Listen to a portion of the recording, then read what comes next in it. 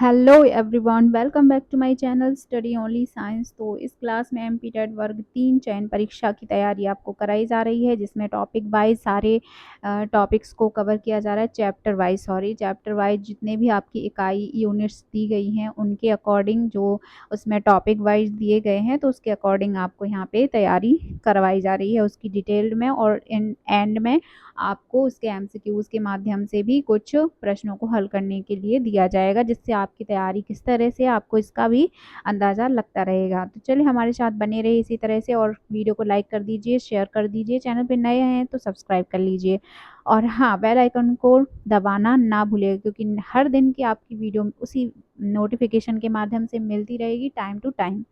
ठीक है, तो शुरू करते हैं। वाक्य संरचना। ठीक है, तो यहाँ पे जो वाक्य संरचना है उसको आपके जो चयन परीक्षा 2025 है, एमपीटेड वर्ग 3 का सिलेबस है, उसके अनुसार ही मैंने यहाँ पे टॉपिक्स लिए हैं, तो आप ये याद रखिए। ठीक है, तो इसमें कुछ भी आपको इस जो आपका पाठ्यक्रम है उससे हटके कुछ भी नहीं मिलने वाला है, वही मिलेगा जो आपका पाठ्यक्रम में दे रखा है। ठीक है, तो ट्रस्ट बनाए रखिए। मैं भी पूरी कोशिश करूँगी कि आपको यहाँ पे बेहतर से बेहतर पढ़ने को मिले। ठीक है, आपकी तैयारी और भी ज़्यादा अच्छे से हो। ठीक है, तो चलिए बिना किसी देरी के शुरू करते हैं। वाक्य संरचना का अर्थ है वाक्यों को बनाने के लिए शब्दों और वाक्यांशों को एक साथ रखने का तरीका। इसमें शब्दों का क्रम, क्रिया, कर्ता और कर्म का सही उपयोग शामिल है। सरल शब्दों में वाक्य संरचना यह निर्धारित करती है कि एक वाक्य कैसे बनता है और कैसे पढ़ा जाता है। तो ये हो गई हमारी वाक्य संरचना, जिस तरह से इसमें दे रखा है उदाहरण। ठीक है, उदाहरण के माध्यम से हमें सब कुछ जो परिभाषा है वो समझ में अवश्य आ जाएगी। तो सबसे पहले होते हैं सरल वाक्य। तो राम खाना खाता है, इस वाक्य में राम कर्ता है, खाना कर्म है और खाता है क्रिया है। ठीक है, फिर आते हैं संयुक्त वाक्य। राम खाना खाता है और श्याम खेलता है, यानी कि संयुक्त वाक्य। यहाँ पे दो सरल वाक्य हैं, राम खाना खाता है और श्याम खेलता है, और शब्द से जुड़े हुए हैं। ठीक है, किससे? और शब्द से जुड़े हुए हैं, तो संयुक्त वाक्य हो गया। फिर आता है मिश्र वाक्य। जब राम खाना खा रहा था तब श्याम खेल रहा था। तो यहाँ एक आश्रित उपवाक्य जब राम खाना खा रहा था, और एक स्वतंत्र उपवाक्य तब श्याम खेल रहा था का उपयोग किया गया है। वाक्य संरचना के प्रकारों में सरल, संयुक्त और मिश्र वाक्य शामिल होते हैं, जो वाक्यों को बनाने के विभिन्न तरीकों को दर्शाते हैं। तो आपसे प्रश्नोत्तर इसी तरह से पूछ लिए जाएंगे कि एक वाक्य दे दिया जाएगा और ऑप्शन में दे रखे होंगे संयुक्त वाक्य है, सरल वाक्य है, मिश्र वाक्य है। ठीक है, या इनमें से कोई नहीं, तो आपको वो वाक्य को पहचान के उसमें आंसर करना होगा। तो यहाँ पे आपको परिभाषा समझनी बहुत जरूरी है। ठीक है, अगला जो टॉपिक है वो है वाक्य संरचना के मुख्य घटक।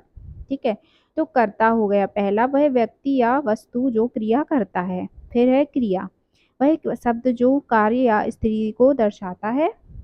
फिर आता है कर्म, वह व्यक्ति या वस्तु जिस पर क्रिया का प्रभाव पड़ता है। फिर आता है उपवाक्य, तो शब्दों का एक समूह जिसमें कर्ता और क्रिया दोनों होते हैं, जो एक वाक्य का हिस्सा हो सकते हैं। फिर आता है हमारा वाक्यांश। ठीक है, तो शब्दों का एक समूह जो एक वाक्य का हिस्सा हो सकता है, लेकिन उसमें कर्ता और क्रिया दोनों नहीं होते। वाक्य संरचना का ज्ञान भाषा को प्रभावी ढंग से उपयोग करने और अर्थपूर्ण वाक्य बनाने के लिए आवश्यक होता है। ठीक है, यहाँ पे वाक्य संरचना का जो है वो संपूर्ण होता है। अब देखते हैं वाक्य के भेद। ठीक है, तो वाक्य के मुख्य रूप से दो भेद होते हैं, रचना के आधार पर वाक्य के भेद और अर्थ के आधार पर वाक्य के भेद। तो पहले रचना के आधार पर देखते हैं। यहाँ पे सरल वाक्य है, इसमें एक उद्देश्य और एक विधेय होता है।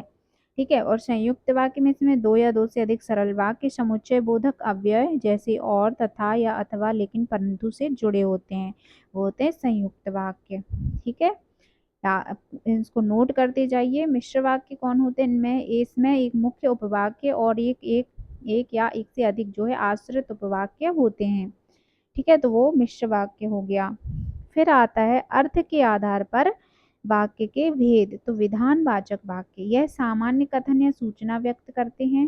फिर आता है निषेधवाचक वाक्य, यह किसी कार्य के ना होने या विरोध निषेध का भाव व्यक्त करते हैं। फिर आता है प्रश्नवाचक वाक्य, तो यह प्रश्न पूछने का भाव व्यक्त करते हैं। फिर आता है विस्मयादि वाचक वाक्य, तो यहाँ पे आता है ये आश्चर्य, हर्ष, शोक आदि भावों को व्यक्त करते हैं। फिर आता है आज्ञावाचक वाक्य, यह आज्ञा, उपदेश, अनुरोध आदि का भाव व्यक्त करते हैं। फिर आता है इच्छावाचक वाक्य, यह इच्छा, कामना, आशीर्वाद आदि का भाव व्यक्त करते हैं।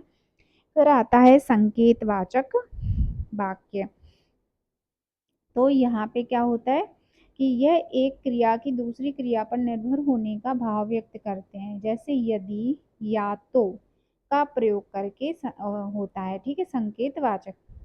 फिर आता है संदेहवाचक वाक्य, यह संदेह या संभावना का भाव व्यक्त करते हैं, ठीक है। तो ये हो गए हमारे अर्थ के आधार पर भेद। अब देखते हैं विश्लेषण, वाक्य विश्लेषण, संश्लेषण एवं रूपांतरण। तो पहले आता है वाक्य विश्लेषण, ठीक है, सेंटेंस एनालिसिस। तो यहाँ पे वाक्य विश्लेषण का अर्थ है एक वाक्य को उसके विभिन्न भागों में विभाजित करना और उनके बीच के संबंध को समझना। इसमें वाक्य के उद्देश्य, कर्ता, विधेय, क्रिया और उसका विस्तार, कर्म और अन्य कारकों को पहचाना जाता है। उदाहरण के लिए राम पुस्तक पढ़ता है, वाक्य में जो है राम उद्देश्य है, पुस्तक कर्म है और पढ़ता है क्रिया है, ठीक है। तो इस तरह से हो गया वाक्य विश्लेषण। अब आता है वाक्य संश्लेषण, ठीक है, यानी कि सेंटेंस सिंथेसिस। तो वाक्य संश्लेषण का अर्थ है दो या दो से अधिक वाक्यों को मिलाकर एक नया वाक्य बनाना, ठीक है। क्या होता है, दो या दो से अधिक वाक्यों को मिलाकर एक नया वाक्य बनता है। यह वाक्यों को जोड़ने के लिए संयोजक शब्दों जैसे और, लेकिन, क्योंकि का उपयोग करके किया जाता है। उदाहरण के लिए राम जाता है और श्याम आता है। इन दो वाक्यों को मिलाकर राम जाता है और श्याम आता है एक संयुक्त वाक्य बनाया जा सकता है, ठीक है। अब अगला आता है वाक्य रूपांतरण, सेंटेंस ट्रांसफॉर्मेशन, ठीक है। तो यहाँ पे वाक्य रूपांतरण का अर्थ क्या है ये समझना जरूरी है। एक वाक्य के रूप को बिना उसके अर्थ को बदलना, ठीक है। जो एक वाक्य दिया गया है उसके रूप को बिना अर्थ बदले उसको बदलना। यह विभिन्न प्रकार के वाक्यों, सरल, संयुक्त, मिश्र के बीच किया जा सकता है। उदाहरण है राम पुस्तक पढ़ता है, एक सरल वाक्य है जिसे राम ने पुस्तक पढ़ी में बदला जा सकता है, जो कि एक संयुक्त वाक्य है, ठीक है। तो इस तरह से वाक्य रूपांतरण हो गया।